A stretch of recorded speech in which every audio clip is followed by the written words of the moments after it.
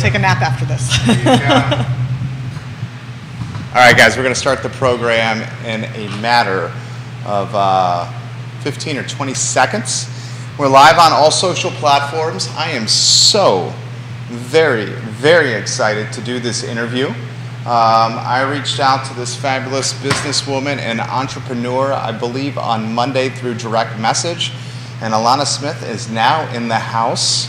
She is the founder of the newly minted Walton Middle School shuttle.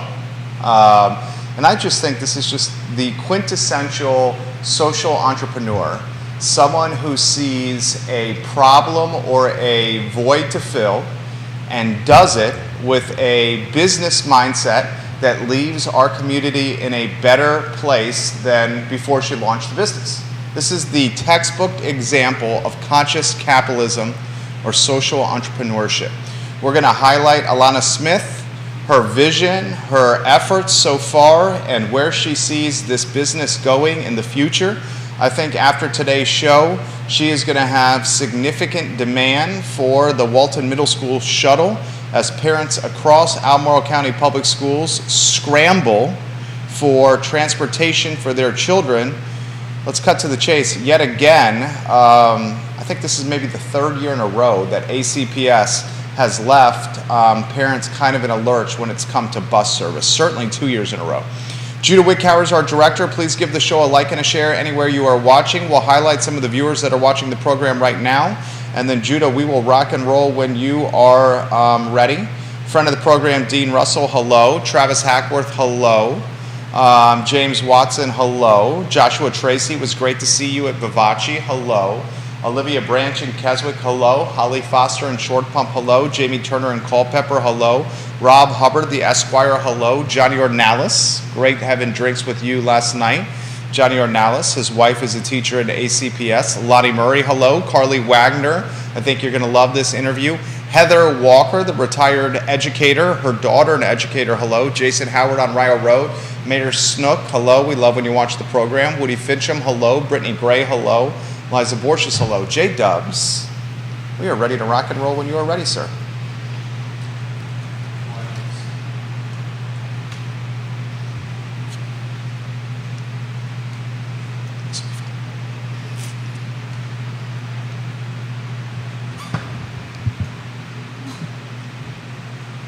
Good Wednesday afternoon, guys. I'm Jerry Miller, and this is the I Love CVille show. Thank you kindly for joining us. It's a pleasure to connect with you through the I Love CVille network. We archive and air and broadcast this program on every social media platform known to mankind, so you, the viewer and listener, can feel a bit more entertained, enlightened, educated on local topics here in Charlottesville, Albemarle, and in Central Virginia. We give some props to the Charlottesville Police Department for being a presenting partner of today's show. Be the change you want to see and join the Charlottesville Police Department. Help them fill these empty vacancies they have on staff. Chief Kotchis is a stand-up guy, and we back the blue and champion the police on this network every single day. Judah is our director. I give him some props for being our right-hand person and keeping us online. I think, Judah, on that note, we should welcome today's superstar, Alana Smith, the owner of the newly minted Walton Middle School shuttle. If we can go to the studio camera and then a two-shot and welcome Alana to the program. You're on screen. You got a lot of people watching you right now. How about an introduction, Alana, to who you are? So yes, my name is Alana Smith. I've lived in Charlottesville since 2015. I moved here when my youngest was a tiny baby. She's now 8 and going into 3rd grade, so it's really easy to keep track of how long we've lived here because of her. I absolutely love Charlottesville. When we moved here, I told my husband I felt like I'd fallen in love with the place. It's just, everything about it I've loved. So I have 5 children. I'm a stay-at-home mom. My husband actually works for the schools. And when we found out about the bus shortages, and I found out that my middle schooler would not be getting a bus to Walton, which is a ways away from us, the neighborhood, all the women in the neighborhood started texting like we do and, kind of griping about it. And one of my neighbors said, Alana, you should finally put that van to use. And I thought, that's dumb, I'm not gonna do that. And then the more I thought about it, I was like, actually, this could be really, really useful. I've actually had this van since 2019. We bought it with the idea that we could carry all of our children, and they could each bring a friend. So it's a 15-passenger van, and so we have room for everybody and then some. And then COVID hit, and we never used it very much for that. So it's kind of nice to finally be able to use it to let people have their friends and kind of, it's not a party van per se, but it's fun. Like, it's fun to be able to, whenever people talk about carpooling, they ask if I have enough seatbelts, and I'm always like, yes, I have plenty. You see 15. So that's something that we can clear up right away. The van you already had in the driveway, and it was not purchased for this endeavor. Oh, no. It just was a van already I a family drive. vehicle. Yes. Okay, fantastic. We were wondering about this on Monday. We chatted about your business on Monday. All right, so let's talk about what you're doing here. This entrepreneurial endeavor was birthed out of necessity. This is the quintessential example of social entrepreneurship or conscious capitalism, where a business is created to fill a void or a niche, a business that's run for profit, that is done in a way that leaves the community in a better place than when the business was first birthed. This is social entrepreneurship, the definition of it. Talk to us about the idea, how we got to this point. So basically, I just kind of did the numbers in my head, and $5 seemed like a fair amount. It's $5 one way per kid. We do offer discounts if you sign up for the whole month. And yeah, we were figuring we needed to pay for gas, and I'm sorry to the environment, but the thing is a gas guzzler. I bet it is. We needed to pay for wear and tear on it, just for the extra driving, and because teenagers are not nice to cars. Sure. And then I had to get commercial auto insurance for it also, so that was a pretty hefty amount. But yeah, if we fill the van, we should be fine. If we don't fill it, I'm hoping we can still break even. And yeah, it's about that simple. You know, I mentioned this to Judah. I almost think the $5 one way is like well below market. I think you're like, and we'll get to this, some of the response. For those that are throwing shade, I think $5 is well below market, and she's throwing families a significant bone here and is not doing any kind of like profiteering motivation here. I think you're doing this to literally fill a void. Walk me through that mindset. So yeah, a lot of families are working right when they need to be taking their kids to and from school. Walton is actually probably the worst for those times. So what do you mean by that? I mean that they start late when a lot of people are already at work, and then they end kind of when most people are probably ending work, but it's so far away it would be hard to leave work and get there on time to pick up your child. So yeah, I feel like I'm giving people the opportunity to actually do their own jobs. And so I feel like, so as a stay-at-home mom, I did a lot of babysitting trade-off for friends, and we always had this understanding that if you're just trading babysitting because you need a babysitter, you do it for free. If you're doing it for someone so they can go earn money, then you pay them for it, because you're watching them so they can earn money, so you can earn a little bit of money too. So that was kind of my mindset. So I'm doing this so people can go to work, so they can pay me. Like I said, I'm not asking a lot, but they can pay for that so they can do their jobs and probably be paid a lot more than $5 an hour for whatever they're doing. I mean, I said this on Monday's show. For those that want some perspective or a comparable, try taking an Uber ride from your personal residence to Walton Middle School. And if you took an Uber ride from your personal residence to Walton Middle School, I guarantee you that would be 3 or 4x the price of the $5 she's charging for a one-way trip. Walk me through the business model, if you can offer some perspective. I understand you mentioned the van is a gas guzzler, but I would imagine the insurance coverage that you needed to essentially be a bus service here for other people's kids, that payment is astronomical. Yes, we've made our first payment, and it was several $100s, and then it will be a monthly payment continuing on. So yeah, it's a lot more than what I'm hoping to make. But I felt that I couldn't do it without that insurance. Like, that would just be really crazy. Stupid of me. Yeah. Yeah, right. So you have significant insurance coverage there, but that is that your number one overhead with this business? Yeah, I spent a little bit on advertising. I put up signs. My husband set up the website for me because I am not great at technology. Okay. That's about what we've done so far for it. And that website is waltonshuttle.com. Yes. It's a site your husband created through Google. I thought you did a good job. I want to give you some props, Mr. Smith. I don't know your first name there, so I'm giving you some props right there. Talk to us about like the response, the feedback you've gotten from the neighborhood, the good, the bad, and the ugly. Okay, well, I've had a lot of people tell me it's great.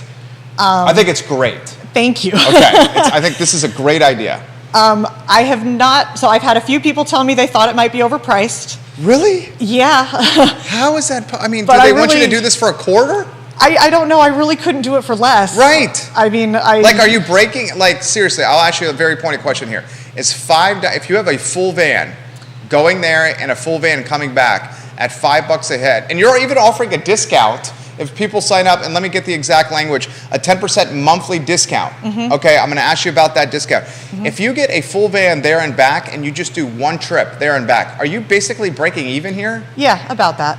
She's breaking even. Yes. Okay, so I didn't mean to interrupt you here. No, you're The response. Yeah. Oh, so then, yeah, and then I've seen people on social media. I did not post it myself on social media. A friend of mine posted it for me because I'm not on there very much, and she actually knew about a whole bunch of local groups that I hadn't even heard of. So she posted on those for me, and then I checked them, and I was surprised how many people were like, "Wow, she's really trying to make a lot of bucks off of us." And I was like, "Really? That was where you went?" I had one guy even accuse me of not paying my taxes, which seemed pretty rude. I mean, it's a licensed business. Of course, I'm going to pay any taxes on it. Although I will say other people called him out and told him that was kind of uncalled for. But yeah, I was surprised at the pushback I got. It was a little hurtful. I was reading the comments and not responding to them, and my son, who's a teenager, was like, "You should never try to be a YouTuber, Mom. You'd be terrible at that." I'll tell you, you're speaking to that person here. There's one influencer in a 300,000 person market, and it's us right here. And the response in large part, and J-Dubs, check Facebook Messenger if you could, the response in large part has been 80% of it incredibly positive for what we do, and then 20% of the viewing and listening public likes to throw shade or nastiness, and you just kind of roll with the punches. Yeah. You roll with the punches. So you LLC'd the business? I don't think that's what we did. Okay. I'm honestly not sure because I let my husband take care of that part of it. Okay. I think it's just a private business. Okay. Yeah. You got significant insurance coverage. Yes. Okay. Let me throw this to you here. What has been the response from ACPS about what you're doing here? They haven't really responded much. My husband mentioned to a couple of his coworkers that I was going to do that, and they just asked about how much the insurance was. Okay. Which was great because we had actually not thought of that originally. So as soon as they mentioned that, we're like, okay, we're going to get insurance right away, and it's all set up. The insurance is good. So one suggestion I would make, as someone who owns a handful of businesses here, and topic of conversation maybe for tonight's dinner table, I would very much suggest LLCing what you guys are doing. Okay. Offering some corporate protection, and just minimizing or compartmentalizing exposure for you. I'm glad you got the insurance coverage. I think that's brilliant. What are the big picture vision for this? I mean, is it vans for multiple routes in multiple neighborhoods, or am I getting too far ahead of myself? Okay.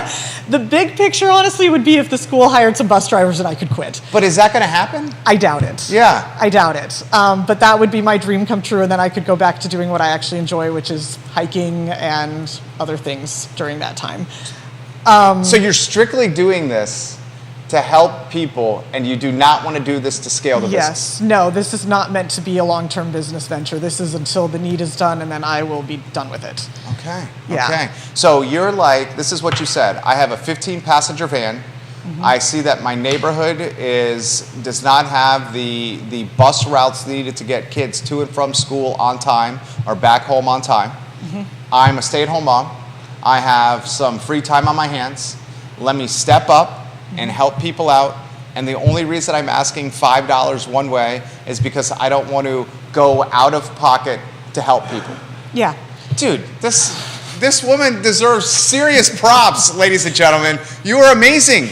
Thank you. I need a cut to the chase, and if you can put the PTI headers on screen on a one-shot, Judah, that would be great. I would have done it very differently if I were you. Okay, what would you have done? Well, no, I'm very much a business person. I mean, we're a one-income household. We have 2 little boys. Our oldest just started kindergarten for the first time. I would have run this potentially more as a profit-focused business. For example, friend of the program, Deep Throat, that's his handle, one of the viewers and listeners, he's sending me a DM. He says in Houston, they used to use a similar service, and it was $15 one way. Oh. $15, $16, $17 one way.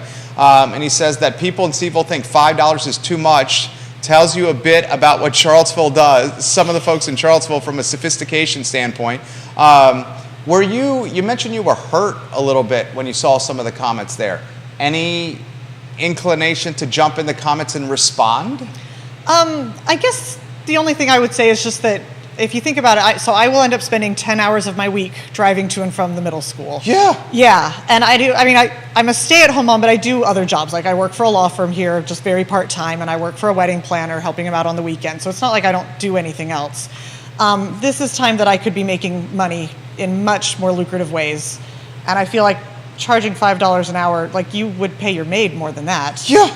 And you would pay childcare a lot more than that. 100%. So, I think yeah. I tipped the Mud House barista $5 this morning for a large coffee. Yes. that literally she took from the cappuccino maker and gave it to me on the counter. I mean, and you're driving people's most precious commodities, their children. Mm-hmm. I mean, folks, this woman is a rock star here. Krista Varner Ruggi. Oh, she's a friend of mine. Hi, Krista. She's giving you props. Alana is an amazing person, and I think this is a wonderful thing she is offering. I concur. Ray Cadell, who's in the wedding business, says, ask her insurance guy about CLUP. They need to be protected, of course. So he does a lot of transportation of bands and whatnot, musicians. Mm-hmm. So he's giving you some advice there. You're getting props from Grayson, who's watching in North Downtown, and he says, I absolutely love what your guest is doing, filling the void. I've seen some of the nastiness that's been on social media, and it's completely uncalled for. So he's got your back as well. What would you like to see happen from, say, an ACPS standpoint? Because I don't think this bus driver shortage void is going to be filled anytime soon. In fact, at the last school board meeting, there were drivers who spoke, and they mention on the record in front of the school board that they feel like they're not heard or listened to or understood. Mm-hmm. They feel marginalized and taken advantage of. Mm-hmm. Interestingly, Louisa County Public Schools, which is basically adjacent to Albemarle, has a full fleet of drivers. Yeah. All drivers, all routes, no issues there, and the pay is comparable, if not less. Mm-hmm. Help me unpack that right there. I mean, my guess is that it's a management issue. It's either that they're not disciplining the children properly. That's one thing I will say as a private business. If I have a kid being difficult, I can kick them off. I'm not obligated to give them a ride, so it gives me a lot more power. The bus drivers are kind of at the mercy of the children. And would you do that? Yeah. Yeah, 100%. Yeah. Respect. I mean, yeah. I think that's a tough place that the bus drivers are put in, and they need to be heard, and they need to make sure that the schools have their back. And if they don't feel like that, of course they're not going to do the work. Very well said. Why not? Okay, this came up on Twitter this morning. Dylan's Rule is watching on Twitter.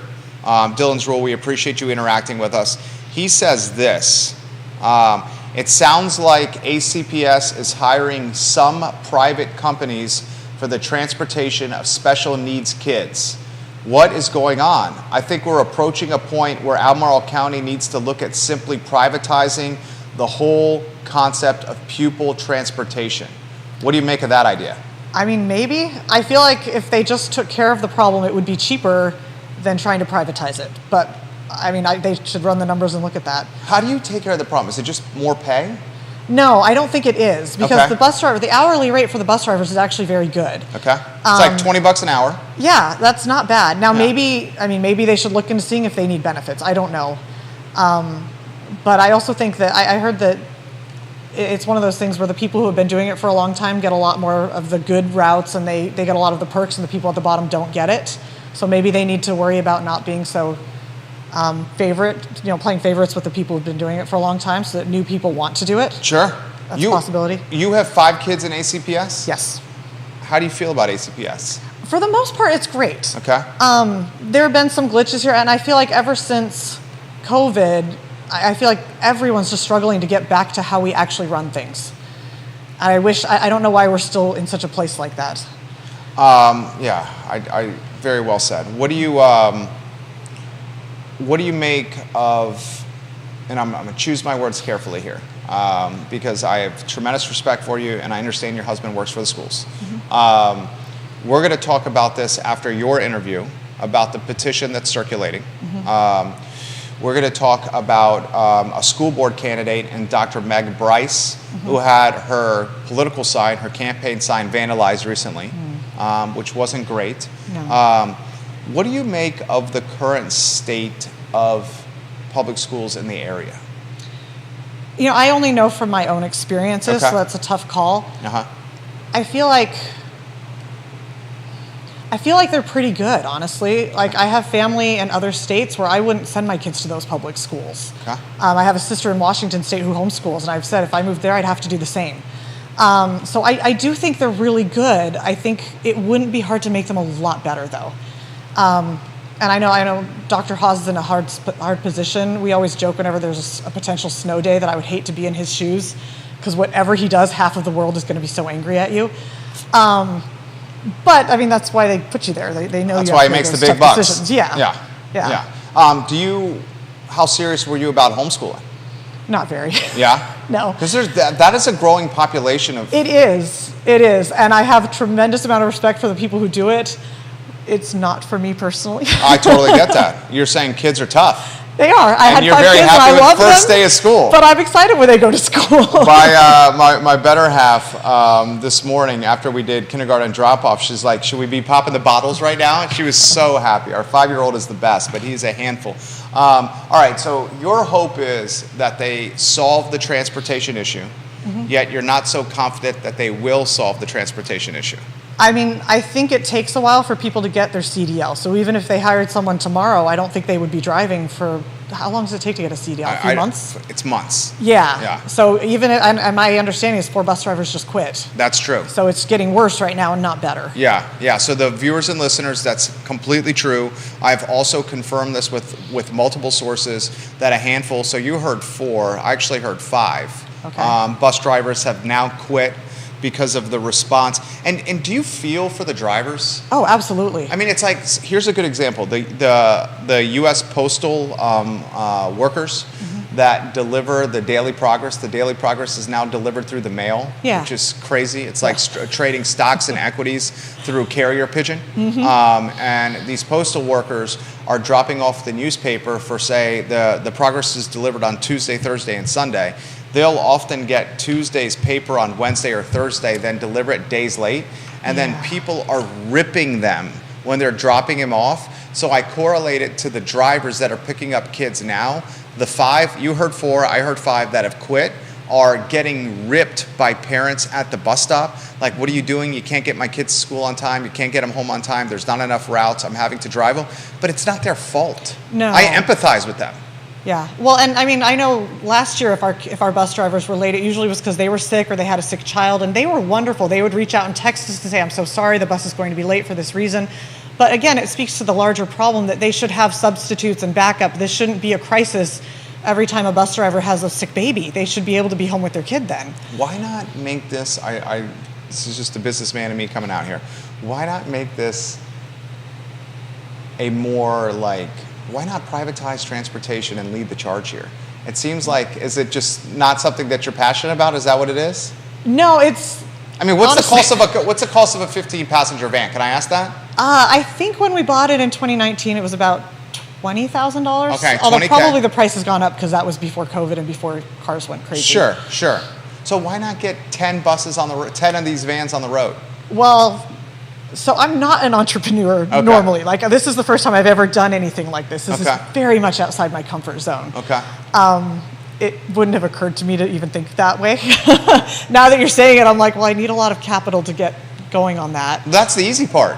Really? You think? This is what I do for a living here. Okay. Okay, the podcasting is a very small portion of what I do. We put deals together, we put capital and ideas together. I mean, it would seem to me, and I've highlighted this multiple times on the show, Kelly Jackson, if you're watching the program, you know what I'm talking about here. It would seem to me someone like you could get 8 to 10 of these 15-passenger vans on the road. You seem like you have 5 kids. You seem like one of your strengths is organization. Yes. With 5 kids. You strike me, and I've known you for all of 22 minutes here. You strike me as an incredibly detail-oriented person that dots the I's and crosses the T's. Is that you? Yeah. Yeah.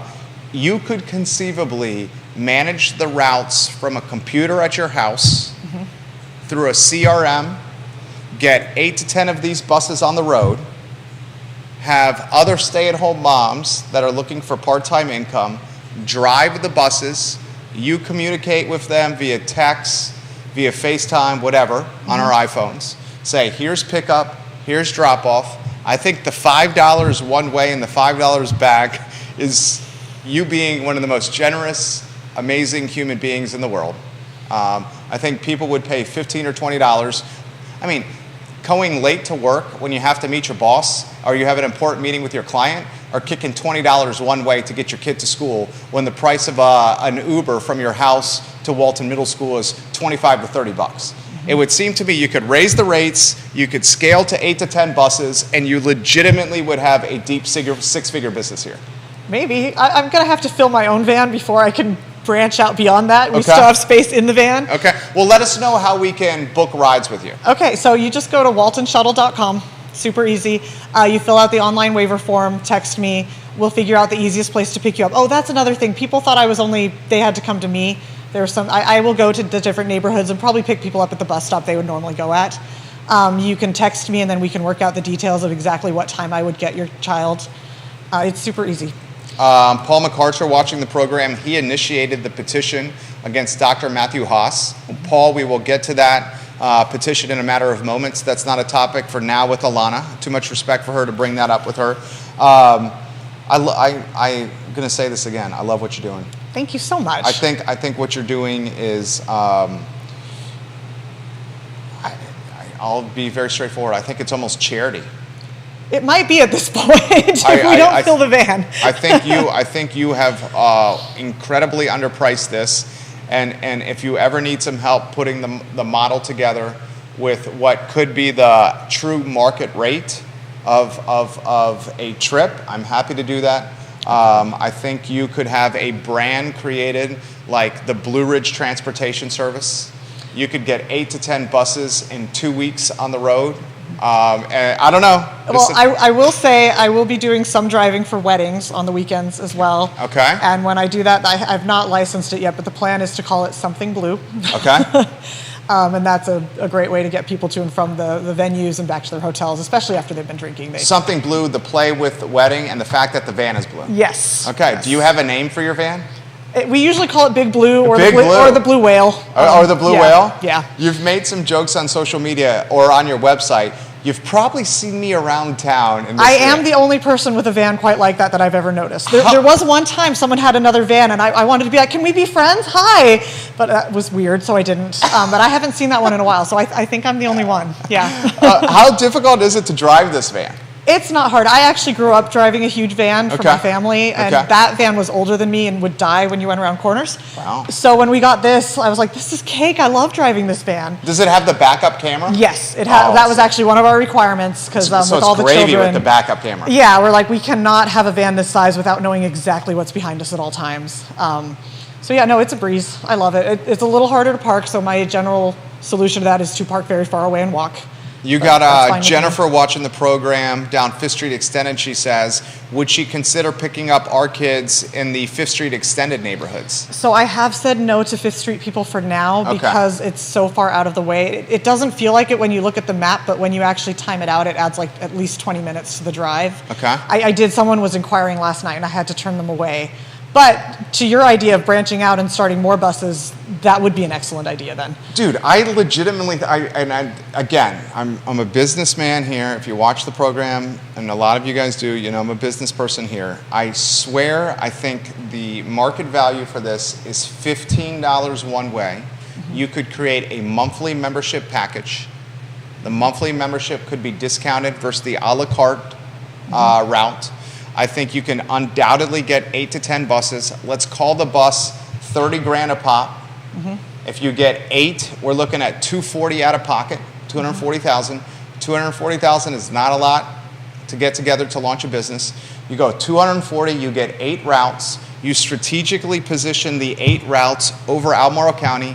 You charge $15 one way. You create a membership package that's on a monthly basis. You say there's going to be strict rules on it. If you don't follow these rules, you're off the bus.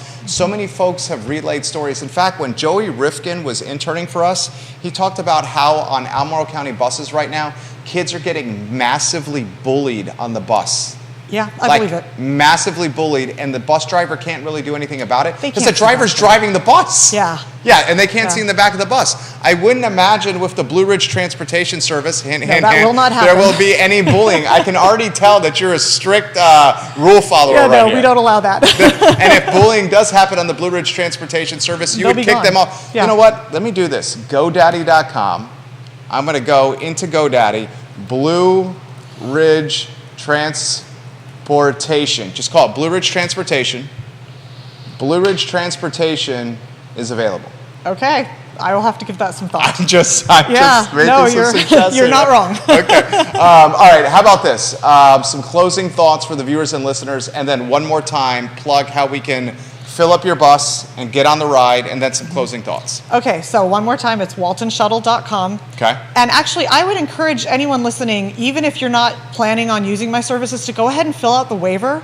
And that way, if you're at work and suddenly your boss calls for a meeting at the last minute and you can't get out of there, you've already filled out a waiver, you could text me and say, hey, can you grab my kid? I'm sorry, this is last minute. And I will absolutely do that.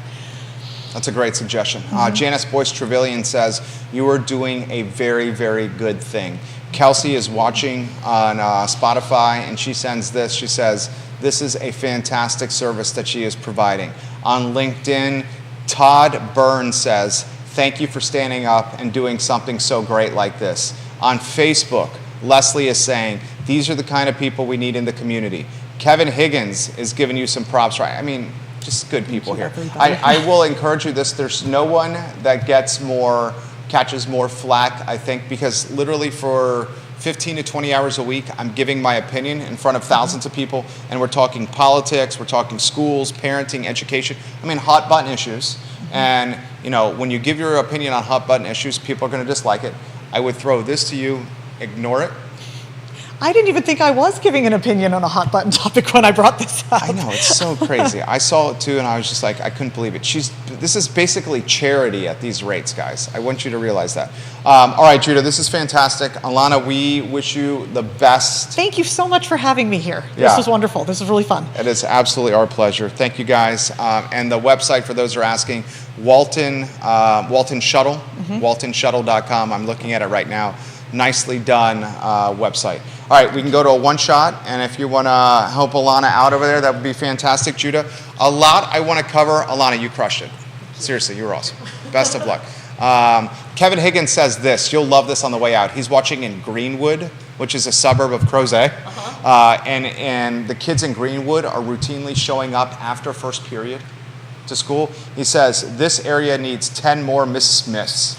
Instead of complaining about a huge issue out of our control, she decided to do something about it. I don't even see this as a business. I see this as someone doing the right thing to do. Thank you, thank you, thank you.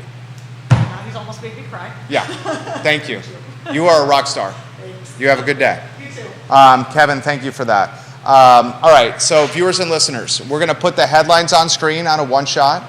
Do you have the one-shot on with the PTIs right there, J-Dubs? Oh, J-Dubs is making moves. Killing it, J-Dubs. Paul MacArthur, we're going to get to your petition in a matter of moments. I want to dot the I's and cross the T's. And Judah, maybe we weave you in on a two-shot here because I count on your sensible takes and opinions often. Dylan's rule says this. Thank you for standing up for the bus drivers, Jerry. This isn't a bus driver issue. This is a management issue. Amen. Dylan's rule, I'm responding to you. Also on Twitter, Warrior AG. I love you, Warrior AG. I haven't seen you in a moment on Twitter. He said, I've been screaming from the mountaintops for over a year. The bus situation will get a lot worse, and it has, and it will continue to get worse unless ACPS makes huge changes with the transportation department, especially with management. I'm going to tweet that. Please read Warrior AG's tweet. I agree 110% with him. Exclamation point. Judah, let's weave you in on a two-shot. Give me a thumbs up when J-Dubs, who's known up and down the East Coast as a man of perspective, a debonair man, a well-dressed man, a well-manicured man, a charming man, an all-around A-plus guy. Ladies, this guy is single. Slide up into his DMs. Ask Judah out on a date. Judah loves sushi. He loves Thai food. He loves Korean barbecue. He likes smooth jazz, especially Kenny G. Do you like any of that stuff? Maybe one or two things in there I like. Can you help me understand the shade or the hate that she's receiving? She just basically told and we may want to slide this one on a two-shot. Do we need, or is this by two-shot over here? This camera? No, it's okay. It's okay. I'll look at this one. No problem at all. No problem. Look, she basically told us that she was not sure if an LLC was started or not. Yeah. You heard her say that, right? Yeah, sure. She said, I'm not sure if we have an LLC or not. And then she said, I think I'm breaking even. Right. I mean, it's This is not someone that's doing this for profiteering, and I'll you know. yeah. It's not like she's holding anyone's feet over the fire and saying you have to. And who cares if it was $15 one way? Who cares if she came out of the gates with 8 or 10 buses? I don't understand the hate for creating a business in this community. I understand some people whose thinking is likely that, oh, well, some people aren't going to be able to afford this. Well, so is your argument then that she does it for free because some people can't afford it? I get that we want to help people that are less fortunate, but at some point you have to say, look, if all those people out there who are outraged want to pool their money and pay this bus for less fortunate people, that would be incredible and incredibly altruistic and just a wonderful thing to do. But barring that happening, their outrage is manufactured and meaningless because, as you pointed out with Alana Smith, she's not a businesswoman. It doesn't matter if she's a businesswoman. She's not even breaking even. I mean, I don't think she's. If one of those outraged people could do the math on how long it will take her to just to pay off the van. This is literally what I do for a living, is putting deals together like this and helping people create business models. If something happens to this van, while she's transporting kids, like a gasket is blown or some kind of engine problem, her business is immediately in the red and is losing money. I don't even think at what she's charging right now, there's any profit at all. No. She's working at indentured servitude rates. Yeah. She's working well below minimum wage right now. Well below minimum wage. I think that's looking at it the wrong way, but explain that. Like she said, there was a problem. She knew that she needed to get her kids to school, and she expanded that into something where not only could she make a little bit of money to defray the cost, but she can help other people get their kids to school as well. This isn't like, it's not like she was sitting around thinking, oh man, how can I make money off of people with kids that have to get to school. It was, I have a problem that I need to fix for my family, and I've found a way where I think I can fix this problem for a few other families as well.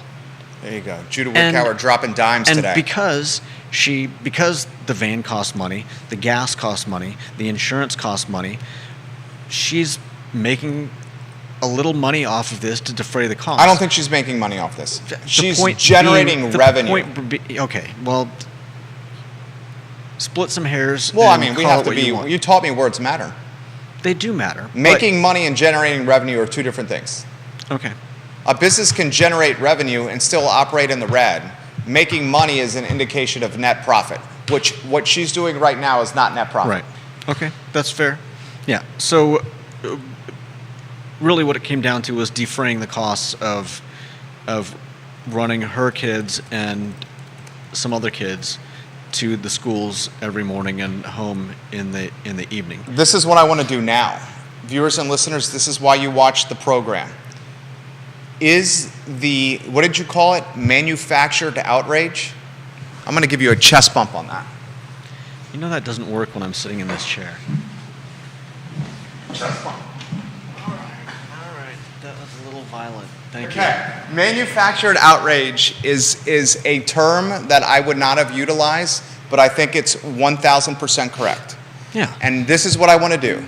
I want to utilize. I don't understand. I can't envision an argument that paints her as some horrific, money grubbing, whatever. And that's why I say manufactured. I think that's outrage. phenomenal. How would you get outraged at a woman trying to help her family and other families? You're kicking ass right now. Again, you're like 3 shows in a row where you're on fire. Manufactured outrage is exactly what's happening. Let's use the foundation, this story, manufactured outrage, for a umbrella that describes or characterizes a small, vocal, organized, and strategized population of Charlottesville and Central Virginia. Much of what they go about with their arguments, their approaches to anything in Charlottesville is manufactured outrage. Chris Henry, 400 apartments on Preston Avenue, manufactured outrage. Sidewalks on Stribling Avenue, manufactured outrage. A private bus service that's not making any money, manufactured outrage. The attacks on the Charlottesville Police Department over the last handful of years, to the point where they eroded morale with the Charlottesville Police Department for an extended period of time, manufactured outrage. That MO, manufactured outrage, look at that. Yeah. That MO are also the initials of manufactured outrage, is so prevalent and real and like palpable and tangible in this community. Attacking Dr. Meg Bryce, manufactured outrage. Linking her to her late father, the Supreme Court Justice, manufactured outrage. Do you have I put the picture He up. put the political sign on screen.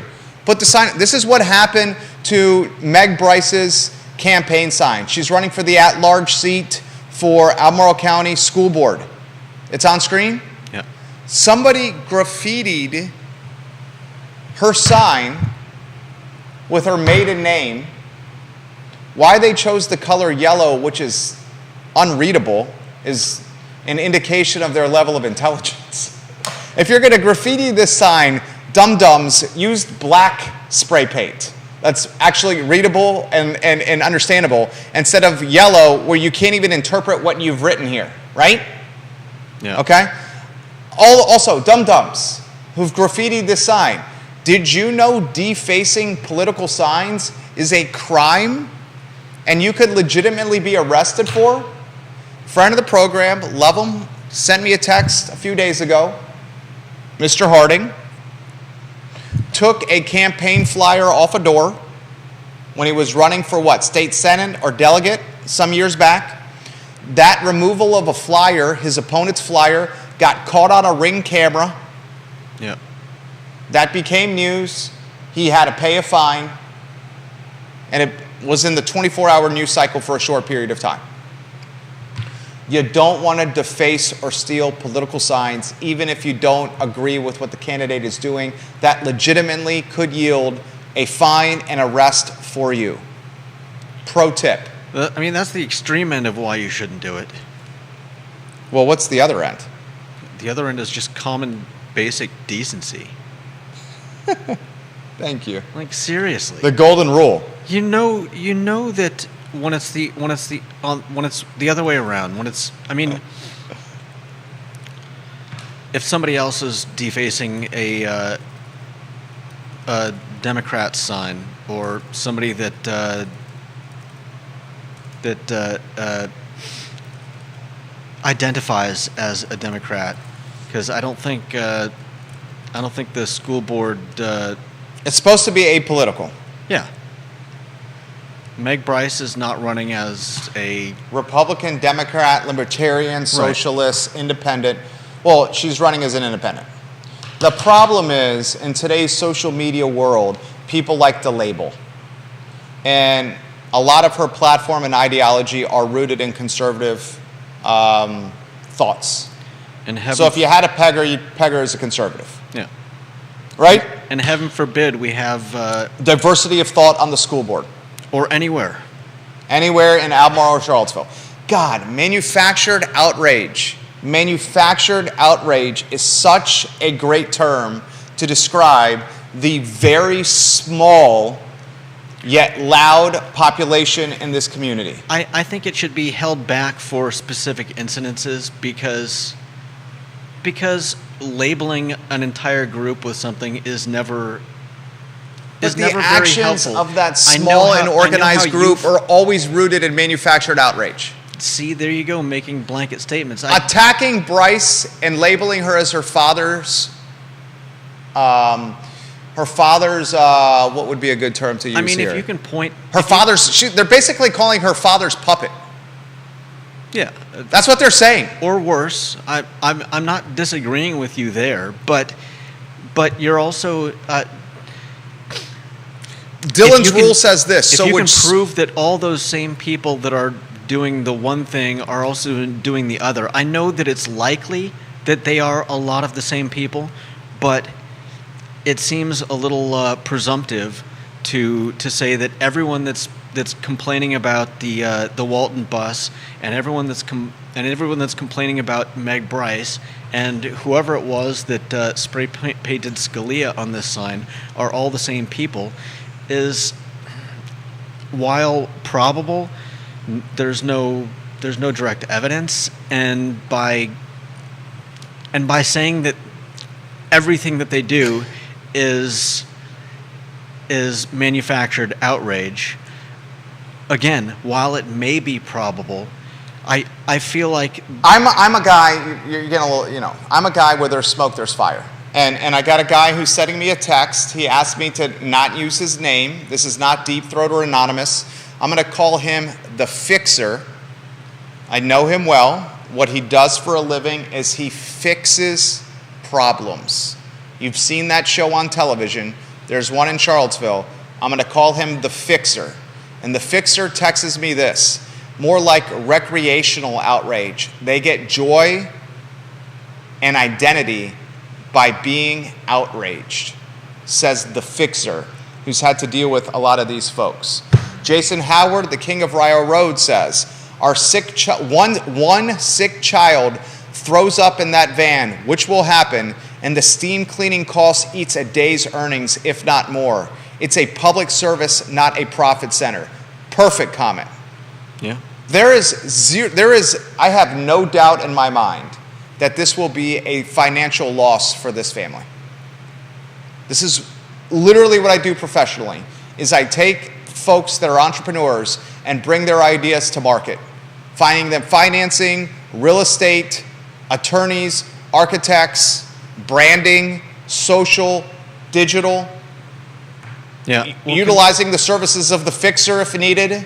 Considering the fact that they've had the van for 4 years, I'm sure that they've already eaten the cost of buying it. So it'll be fairly easy and quick for them to figure out how above or below the line they're going to end up with gas and insurance and however many people they get on a regular basis. There is no profit here. Right. There is But no profit I'm just here. saying they'll know pretty quickly what She's working for below minimum wage. Okay.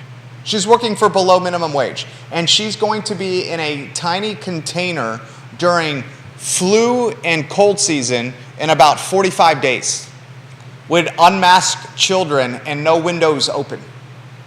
In 45 days, she's going to be in a petri dish of every influenza that is creeping down the hallways of Walton Middle School.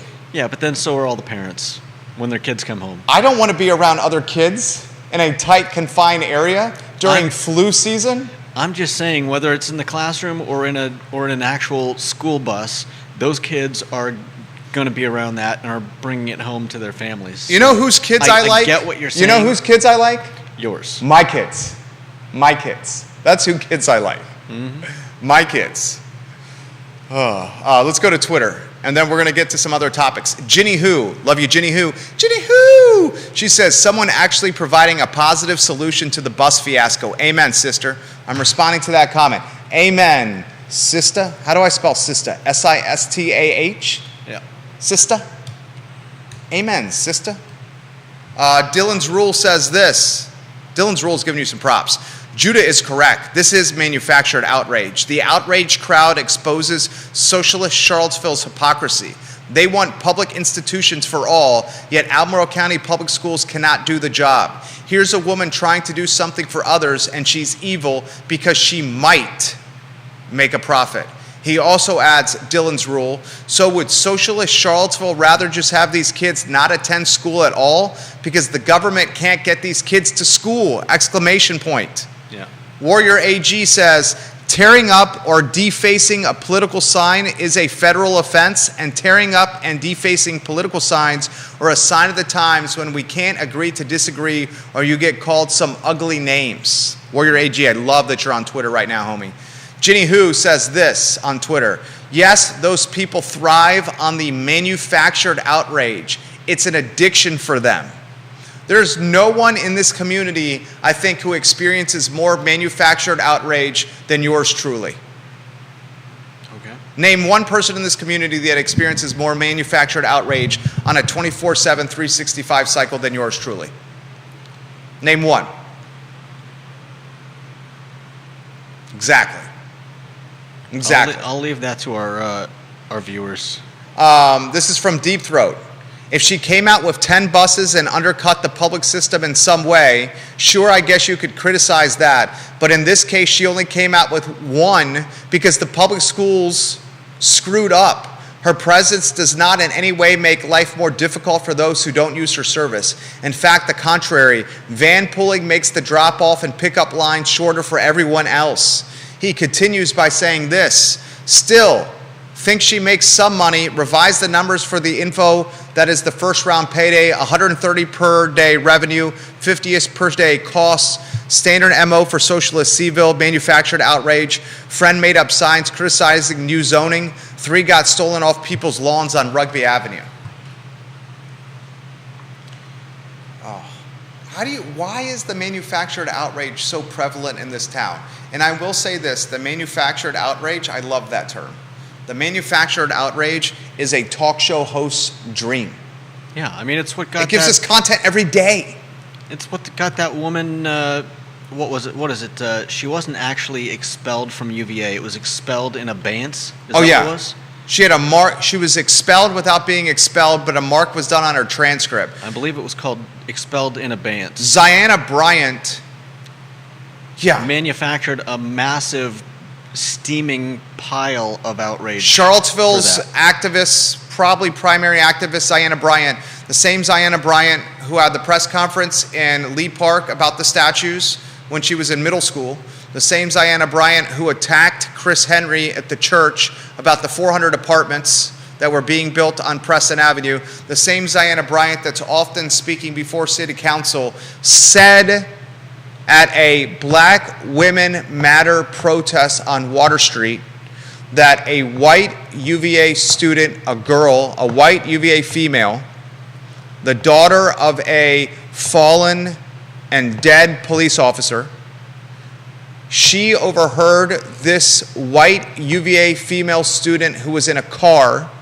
well, she said it. who was blocked by a work truck. The work truck was in place to protect the Black Women's Matter protest on Water Street. The white UVA female student said, if it was not for these work trucks, these people would be speed bumps.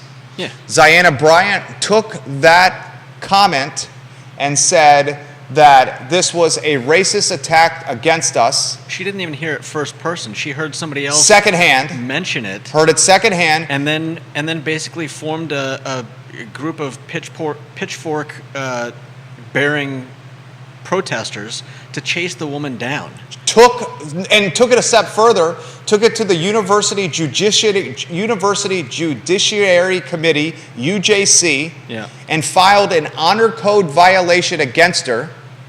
The public perception or the momentum of what Ziana Bryant did snowballed so greatly that UJC suggested or voted that this white female UVA student, the daughter of a dead police officer, should be expelled from school. Upon further review, everyone realized that Ziana Bryant, the UJC, and the snowballed momentum was a jump to judgment. And upon further review, they found that the white female UVA student of the dead fallen police officer said the comment, but did not have it with any ill intent. And now she is suing, the white female UVA student is suing much of the University of Virginia, including President Jim Ryan. And I think has a pretty valid case. Oh, yeah. Pretty valid case. Because if you Google her name in any capacity, and any employer is going to Google or is going to digitally investigate anyone they hire, they will see this online, and the stories that link to her first online are the one that paint her as a racist. Yeah. This is slander and a payday waiting to happen. And you speak of manufactured outrage, guess who is not offering any comments on the record? Guess who's not offering any comments on the record about this? Ziana Bryant. I was going to say. Ziana Bryant. So it's okay for Ziana Bryant to create all this momentum and attack this person, but once the investigation finds that everything Ziana Bryant said was actually not how it played out, Ziana Bryant then goes quiet and says nothing. Yeah. That is the definition of? Well, initially, manufactured outrage. At the end, I'd say it's the definition of Cowardness. unwillingness to face your responsibilities. I mean, our responsibilities as human beings, even. I There mean, you come go. on. Trying to destroy someone's life because of something that you overheard someone else say that they said, that's frankly terrifying that there are people out there that are perfectly fine destroying lives over a hearsay. There it is. It's terrifying. Judah Wickower is dropping dimes today. Katie Pearl, KTP, the Queen of Whitehall, says, one might agree she's probably not charging enough. She's definitely not getting rich on this, and I know I definitely would not want that responsibility. Dude, if I was charging $50 one way and $100 round trip, I wouldn't want this responsibility. If I had 8 vans on the road charging $50 one way and $50 back and had a deep 6-figure income here, I still wouldn't want this responsibility.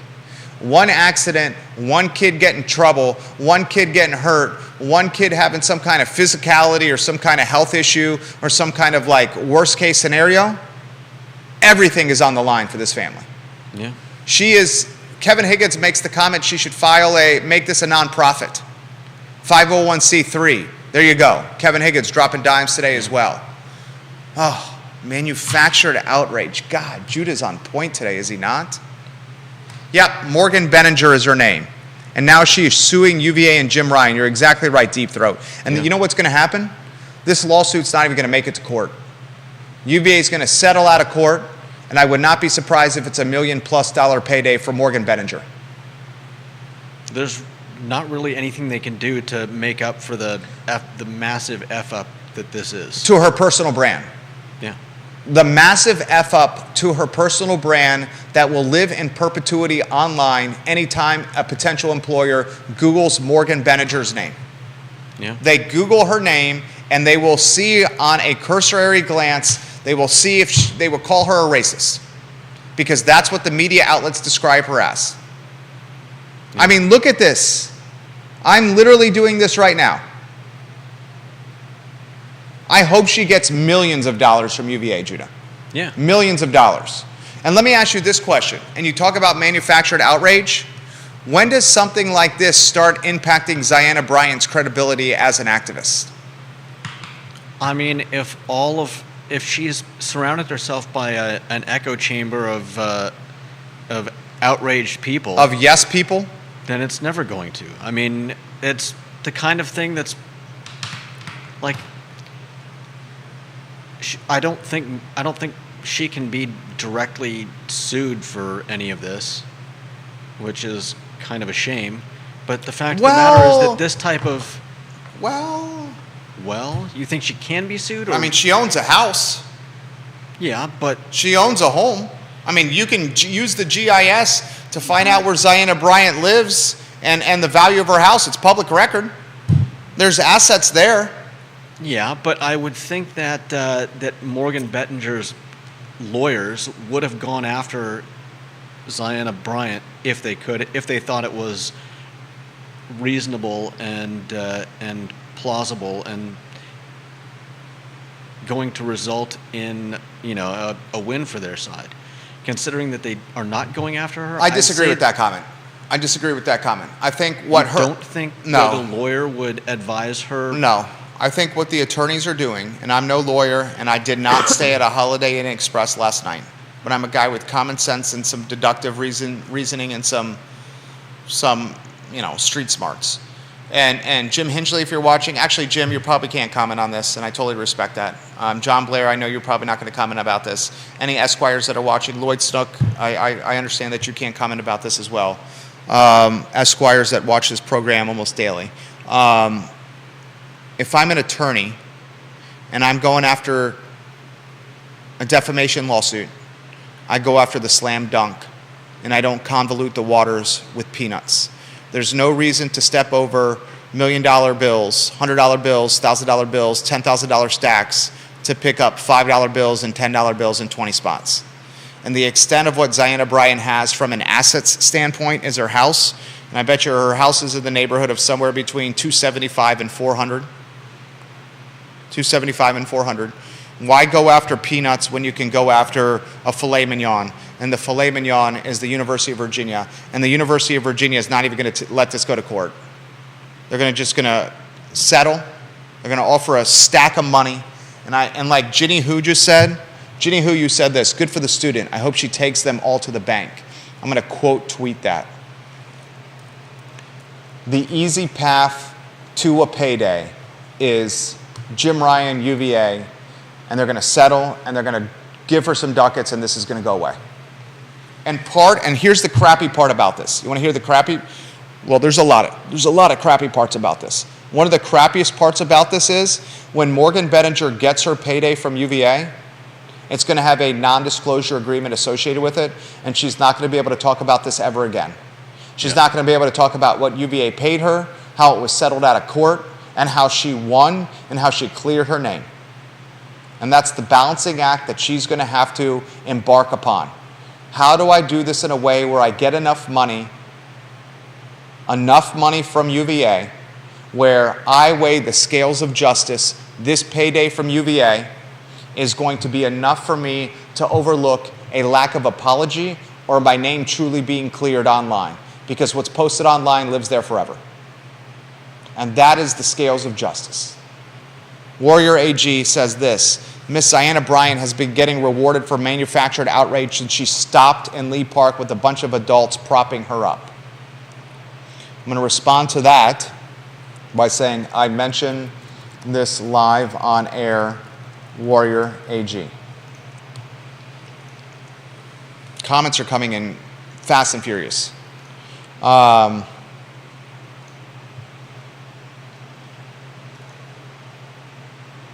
Carly Wagner says to KTP, you already have a good portion of that responsibility. How many kids do you have in your carpool daily? And gives her the kissy face emoji. I love when the viewers and listeners interact with each other on one of the 15 Facebook pages this show airs upon. I agree with Kevin Higgins. I think she's going to lose money in this endeavor. Chad Wood, one of the Single Wings' finest tailbacks, a guy that helped the Western Albemarle Warriors to Jefferson District Hardware with Steve Isaacs at the helm, says controversy sells whether it's true or not. Chad Wood also says Kevin Higgins is dropping dimes at the Golden Corral as well. Oh, God damn, that's so funny.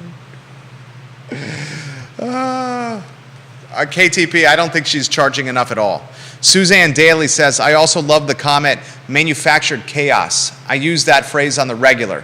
Manufactured chaos. Suzanne Daly says, masks don't work. Don't give them any ideas, Jerry.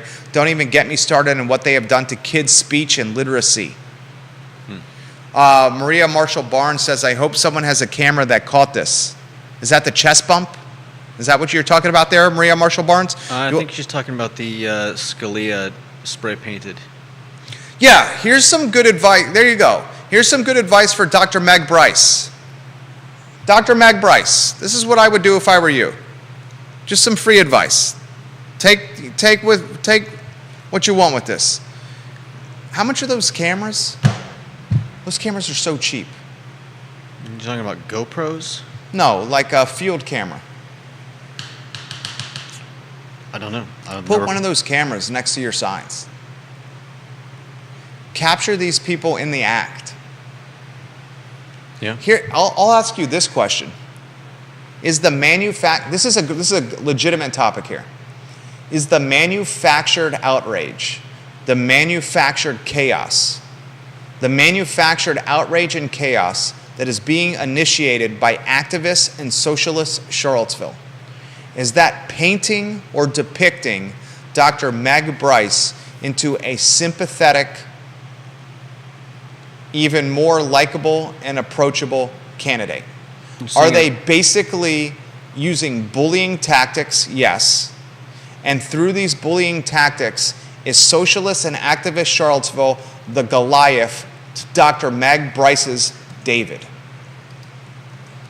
You're saying, are they backfiring? Is this a political ploy that's going to backfire and paint Dr. Bryce into a sympathetic character, propelling her to general election at-large seat victory on the Albemarle County School Board? I think in a smaller town and a town where the media was more integral, that might be the case. But I think Charlottesville is just large enough that this might not get the coverage. Like, yes, we're talking about it, and after we talk about it, it's going to be on the news. I'll put it in perspective. On Monday's show, we talked about Miss Smith's, Alana Smith's Walton shuttle, and she said immediately after the show was over, NBC 29 and the local news outlets called her, referenced this, and interviewed her.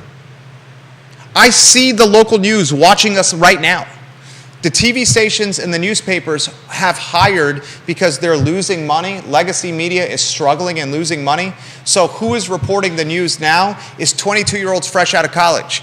22-year-olds fresh out of college, 23-year-olds fresh out of college do not have the institutional memory to report the news. That's why you see them on Reddit or social media begging people to do an interview or watching our program for content for their stories.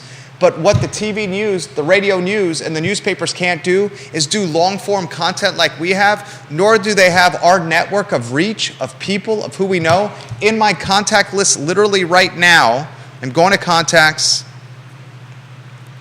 How many contacts are in my phone right now? What do you think is the number?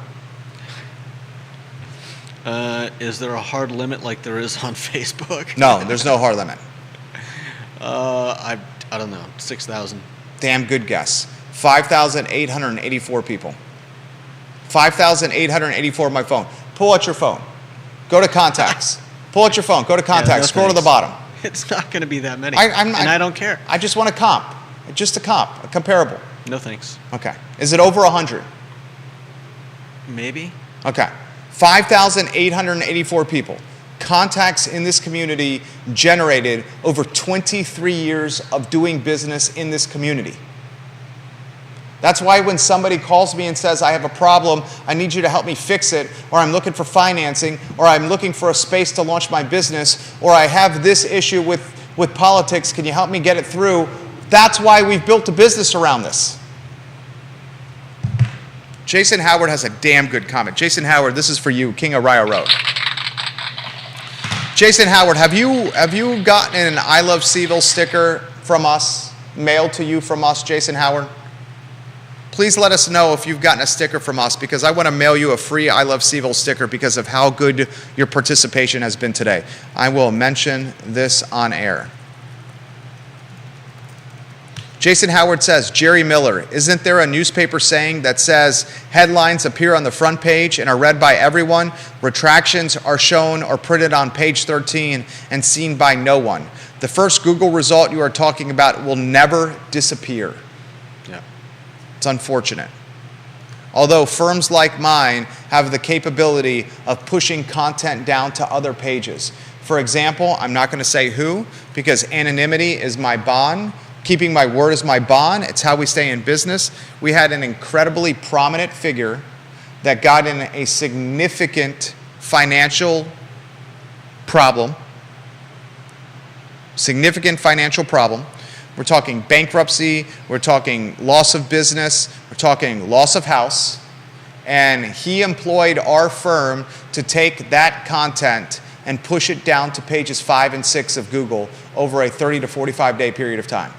We also had another client who got in a significant car wreck that injured other people, and he employed our firm to take that news story and push it down to pages 7 and 8 of Google and paid us a retainer to do that. So there's ways around the first slot of Google. Kevin Higgins throwing shade at Chad Wood. Chad, the Golden Corral staff really misses you. They said they haven't seen you since dinner last night. Oh, I love when Higgins and Wood just spar on begins. social during our show. I love you guys. You guys are great. I sincerely love you guys. Manufactured outrage. God, I love that phrase, Judah. I love that phrase. All right, let's get to Paul McCarter's petition to fire Dr. Haas. Damn, we're already an hour and 15 minutes into the show. Paul McCarter, we'll talk about this some tomorrow as well. Paul McCarter is a realtor. He has 2 daughters. He lives down Avon Extended. He is a well-spoken, active parent, as is his wife, Jen McCarter. Paul launched a petition a couple of days ago that now has 815 signatures, and the petition is rooted on the foundation of firing Dr. Matthew Haas as superintendent of Albemarle County Public Schools. Guess what he references? The rebranding and renaming of schools. Who's talked about that for 2 years? This talk show, right? Guess what he references? The school bus shortage. The fact that they still have not figured out this bus driver scenario. Guess what he references? The achievement gap of students of color and economically disadvantaged students. Guess who's talked about that topic? Us on this talk show. The topics that we have covered on this talk show for at least 2 calendar years are the elements of this petition that is seeking the pink slip, the firing of Dr. Matthew Haas, the head honcho of Albemarle County Public Schools. A lot to unpack here. First question is a direct one. Should Dr. Matthew Haas be fired? It's for better people than me to answer. You don't want to touch that? I mean, I would like to read all the allegations in... the petition is the show. What we cover on the show. Yeah, I know. Literally, this is the show. What is in this petition is the I Love Seville show. Like, literally what we covered. And I'm not throwing shade on you. Okay. This literally is listening to the show.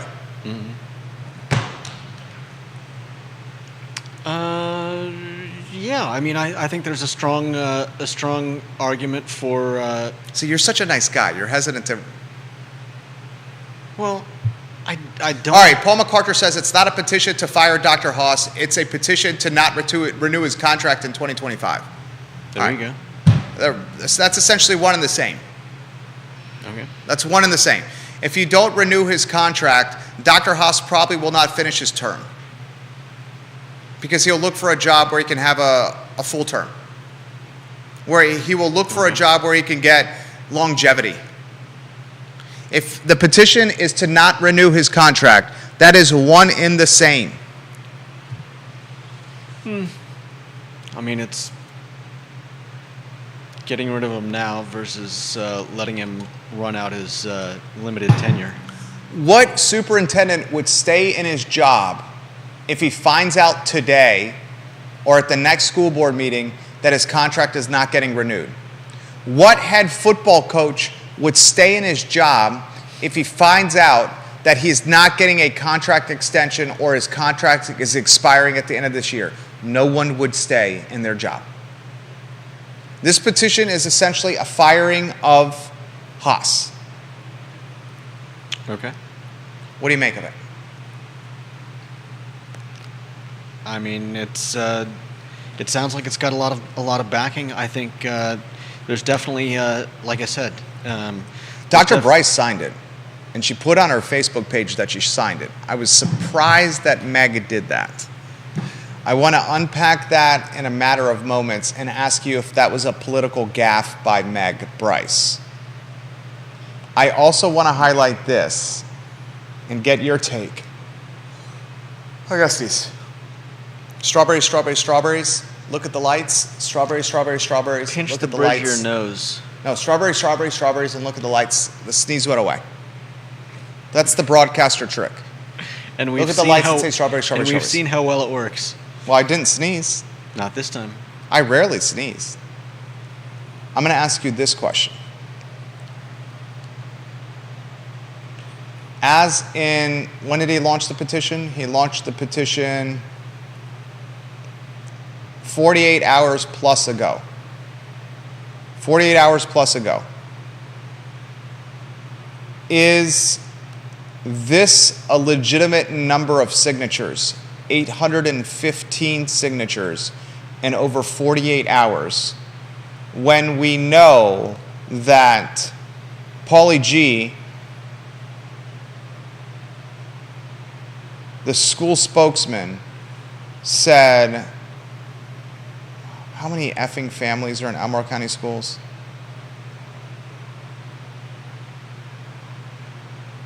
Oh, Pauly G just had this comment. Where was that comment? Was it with the news? Was it with CBS 19? I see the TV stations in the newspaper literally watching the show right now. They're literally watching the show. Hold on, let me see if I can find that. Here's a story from Albemarle County, from CBS 19. Pauly G said this. We have a county of one. Pauly G is the school spokesman. Giramita. I always mess his last name up. Giramita. Just call him Pauly G. Jaramita. Thank you. This is what Pauly G said. There's 100,000 people in Albemarle County, 9,000 families with kids in the school system. 100,000 people in Albemarle County, Pauly G says to the TV station, and 9,000 families with kids in the schools. As of right now, 815 people have signed the petition. Is 815 people signing this petition when there's 100,000 people in the county and 9,000 families with kids in ACPS a legitimate number? You're talking... I would say that's about 4% of families, because if you figure that most husbands and wives will have both signed it. Or husbands and husbands, wives and wives. Yeah. You taught me words matter. I think it's a decent number. You think it's a decent number? Yeah. I'm surprised the petition doesn't have more signatures and more momentum. I mean, you're talking 2 days, and you're talking how is it being spread? So of course, you know how it's being spread. Online? Social media, like everything else is spread. Yeah. That That doesn't really say a whole lot, though. 815 is not a boatload of signatures. I know there have often been times when I've seen something like, sign this to blah, blah, blah, and I think, I support that, but am I going to go to some random website and, give them my email address? Carly just so I Wagner can sign says the thing? 14,000 students in ACPS. 14,000 students, she says. Pauly G says 9,000 families. Let's use the number 9,000 families. How many per household? Would we say 1.5 to be conservative? 1.5 what? 9,000 families, 9,000 households. Can we use the number of 1.5 adults per household? You can. Nobody's going to stop you. I think that's I'm not conservative. saying I it's think a good that's on the idea low or end. not. 9,000 times 1.5. 13,500 adults with kids in schools. And I think that's a low number. 13,500 adults with kids in schools. 892 people have signed this petition. 815, excuse me. 13,500, you're talking maybe 6% of the adults tied to ACPS have signed this. Yeah, that's what I said. How many of these are kids that have signed it? No way of knowing. No way of knowing? There should be a way of knowing. How would you Otherwise, know? it's completely worthless. There you go. All you have to do is sign your first name, your last name, and your email, and then you can sign the petition. How many of the people that have signed this petition do not live in Albemarle County or do not have kids in Albemarle County Public Schools? Yeah. How many of the people that have signed this petition do not live in Central Virginia? Well, that's why I said it's important to know how the. And you don't have that data. That's why it's important to know how the petition is taken. 815 people have signed this petition. Does this, in fact, give momentum for Dr. Haas and create the opposite of what Paul is trying to do? What happens if this petition peters and does not gain more momentum? Does this further reinforce Haas in the eyes of the school board when Paulie G is going to say there's 100,000 people in Albemarle County and 9,000 families in our school system? Could be.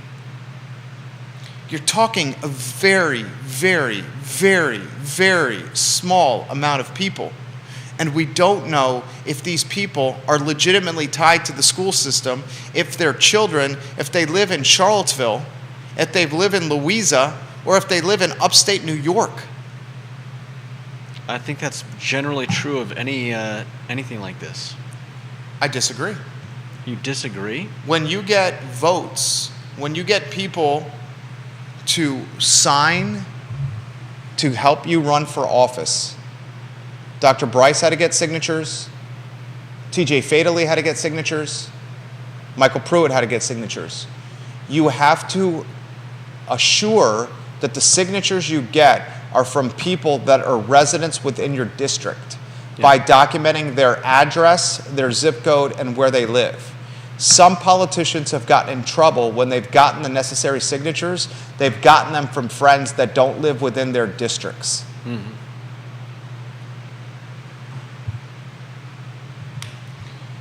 Paul MacArthur says all 4 school board candidates were asked to respond on if they support not renewing, and Dr. Bryce is the only one to respond as of now. Was it a political gaffe signing this petition and then telling people about it? indicating on your social media that you signed it? And I'll follow that up with my data that this 815 people is a minuscule amount. And I would bet you these 815, not all of them are tied to ACPS directly. Was it a political gaffe from Dr. Bryce to announce that she signed the petition to not renew Dr. Haas's contract? I really don't think that this is going to be the catalyzing incident that loses her the race. Allison Spillman didn't sign it, her opponent. I don't think anybody's going to be surprised by either of those statements. Why do you say that? We don't know if Allison Spillman likes Dr. Haas or not. Sure.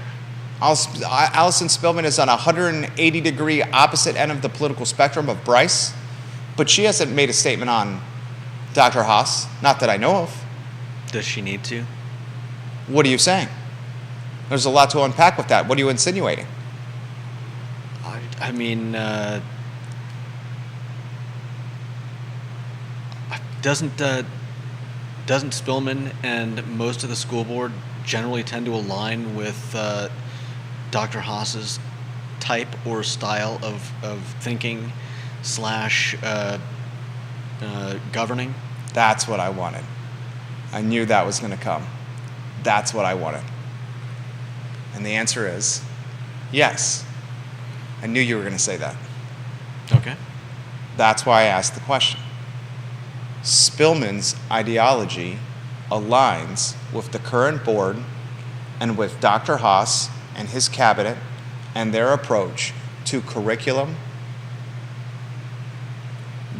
diversity, equity, and inclusion, the prioritization of DEI, and the conversations that can happen or will not happen between parents, their children, and teachers, and what goes on in school hallways. Spillman not signing this petition and not indicating she's signing this petition is an indication that she supports the current board and Dr. Haas and his policies. Tacit agreement. What's that? Tacit agreement. There it is. That's why I wanted to go down this road. Bryce signing this petition and saying she's opposed to renewing Haas's contract is on the record opposition to the General of ACPS, Dr. Matthew Haas. Bryce clearly goes on the record with her disdain for the General. I wonder if that's a political gaffe. And Because again, Bryce, I don't really... to win this election, she's going to have to get middle of the road voters.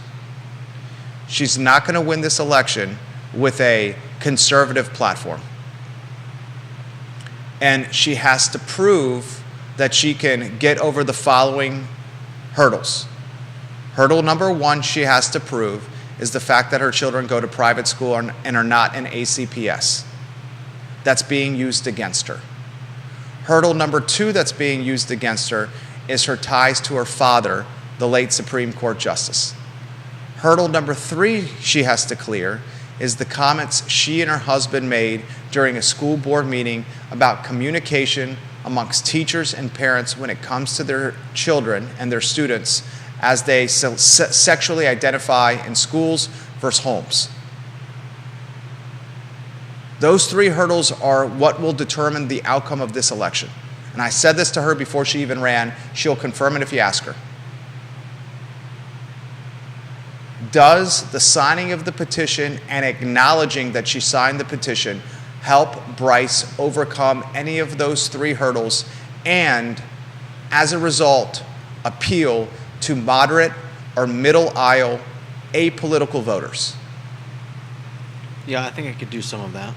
What's that? I think it could do some of that. I think there will be some... I'm not sure it does. Okay. Well, but finish your thought. I apologize for interrupting. Finish your thought. I was just going to say that I'm sure that giving it some thought, some people will come to see that, okay, maybe, maybe they don't like the way that Haas has been governing, so to speak. I think that's far more likely to win a few people over than to overwhelmingly set a particular group against her. There are going to be those who are against her no matter what. I don't think a whole lot of people who were undecided will take her signing of this petition as a reason to come out against her.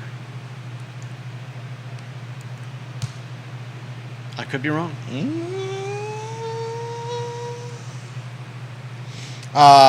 Jason Howard, that's a good question. I'm going to go into vpap.org. vpap.org, and I'm going to put Yono Alcaro into vpap.org. I'm going to try to get you Yono Alcaro election victory. How many votes he got in the Almaro general election school board race when he ran. It's difficult to find this, especially on the fly during a talk show. Okay, here it is. No, this is from 2015. All right, let me see if I can get daily. I'm trying to get the total votes that Yono Alcaro got in the school board race. All right, here it is. Oh my gosh. Pop-ups. Daily progress. I want you to hear this daily progress. The paywall pop-up that you have on your website is one of the most unapproachable things that I've ever seen, ever.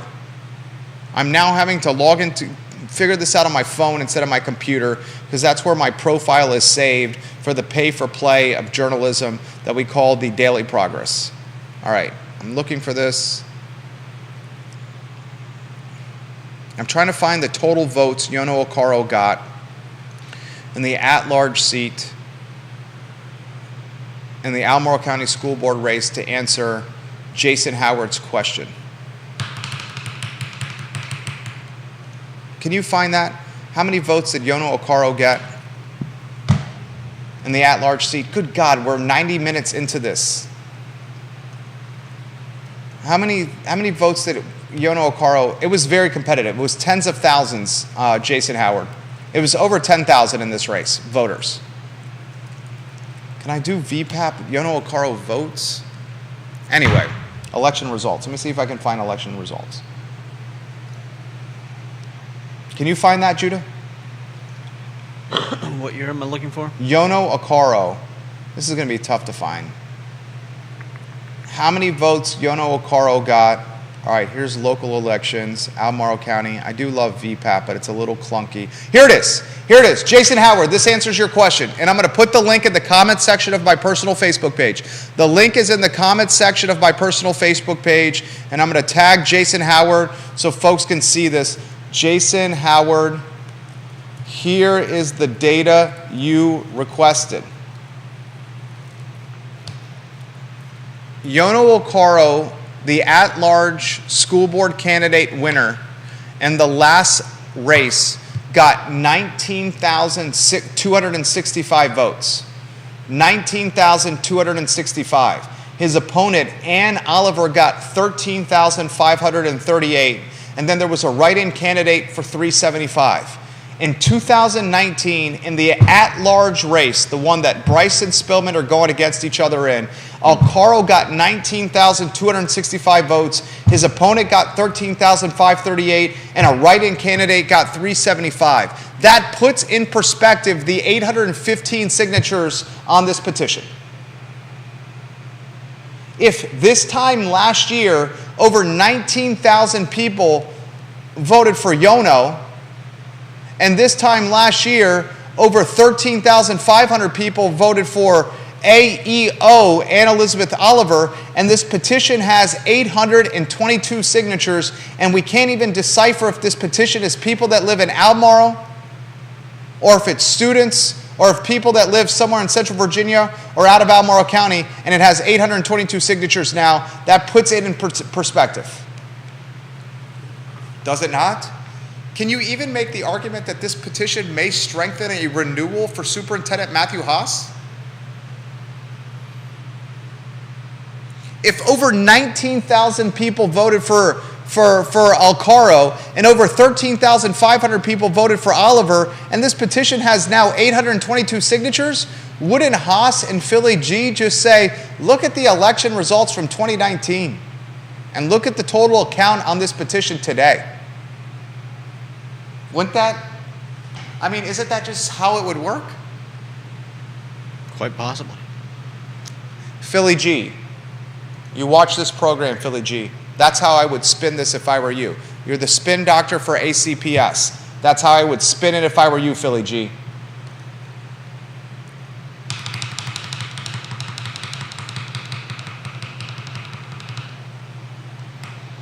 All right, I think that's the show. We've gone over 90 minutes here. I got to make some money today. Catherine Lochner says, no one really cares about a change.org petition. Man, there is a boatload of comments on these Facebook pages. I'm having a hard time managing all these comments here. Anything you want to close with? And let me see if I can cherry pick some of these comments. Man, people are ripping Miss Smith. Listen to some of these comments. Christina Matheson says, that's crazy. You should be billing the city or the county for this, not the parents. $150 a day, really? You're taking advantage of a situation these parents and students shouldn't be in. Tyra Barrett says, while I commend the family that is offering this and think the gesture is wonderful, $10 per kid per day, that's $360. She's talking about the profit. Brian Talbert, this isn't a fun, feel-good story. Parents shouldn't have to pay to get their kids somewhere they're legally required to go. Actually, Brian Talbert, that's not true. I learned from Neil Williamson that Brian, in fact, I'll respond to Brian right now.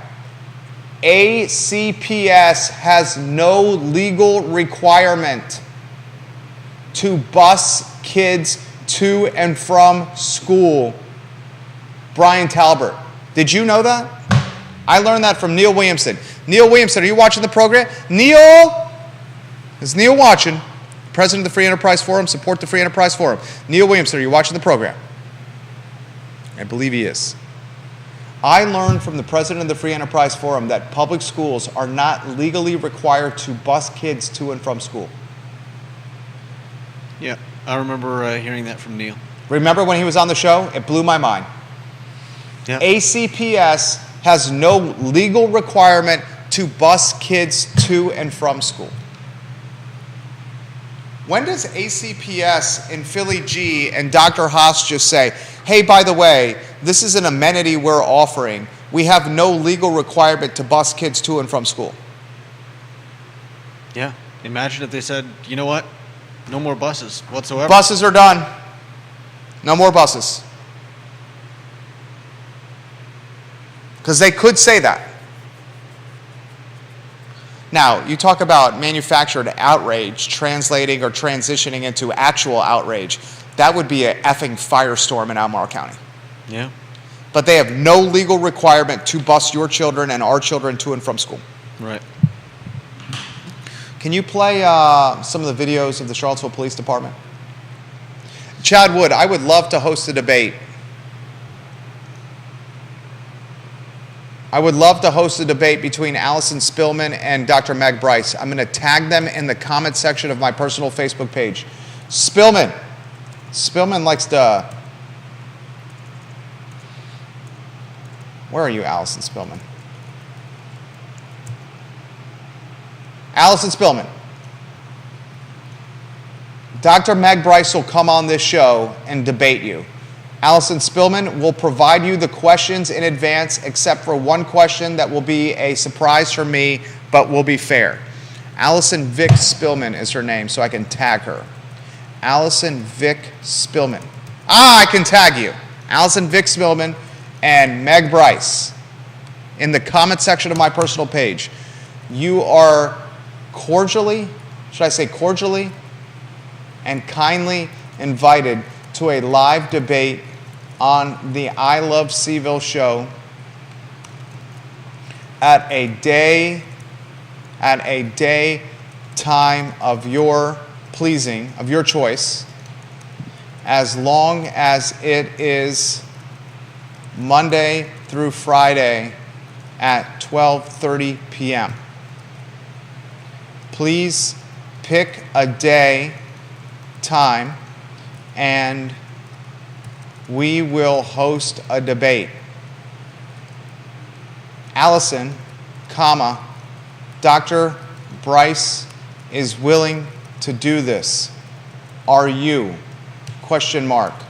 I think voters should hear where you stand on key issues, and our platform has the largest reach of any in this community. Respectfully, Jerry Miller. Should I sign it Jerry Miller when it's in the comment section of my own Facebook page? It's up to you. All right, I'm leaving the comment. Allison Vick Spillman tagging you and Megs Bryce tagging you. You are cordially and kindly invited to a live debate on the I Love Seville show at a daytime of your choice, as long as it is Monday to Friday at 12:30 p.m. Please pick a daytime and we will host a debate. Allison, Dr. Bryce is willing. Actually, since I called her Dr. Bryce, I should say Miss Spillman. Got to be, words matter. Got to be up and up. Miss Spillman, Dr. Bryce is willing to do this. Are you? I think voters should hear where you stand on key issues, and our platform has the largest reach of any in this community.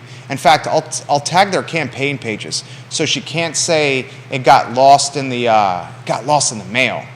It got lost in the mail. Allison Spillman.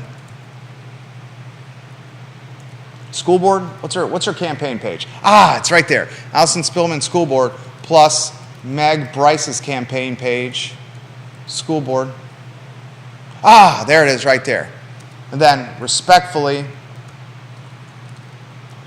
Jerry Miller. Should I tag myself even though it's a... All right. Chad, can't do it more clear than that. Right here. One of the single wing's finest tailbacks. Brought hardware to Western Albemarle High School under Steve Isaac's head coaching regime. There's the comment. Right there. It's right there. You see it? It's right there. Ms. Spillman.